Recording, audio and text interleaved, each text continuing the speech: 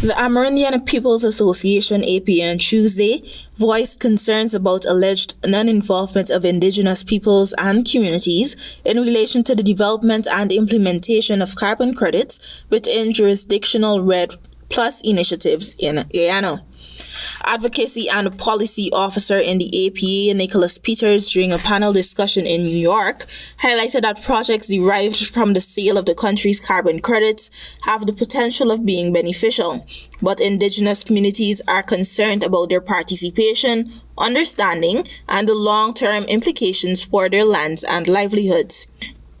In a press statement released by the APA following the New York discussions, the association acknowledged the importance of initiatives aimed at addressing climate change and reiterated that there is a need for a meaningful engagement with Indigenous communities, as some communities have engaged the APA on concerns that they have not been sufficiently consulted or informed. Peters noted that, quote, "One thing we've learned is what looks good on paper isn't always good in practice. While Guyana has laws protecting the rights of Indigenous peoples and ensuring their right to free, prior, and informed consent, the quality of engagement, particularly regarding carbon markets involving Indigenous peoples' land, has been insufficient."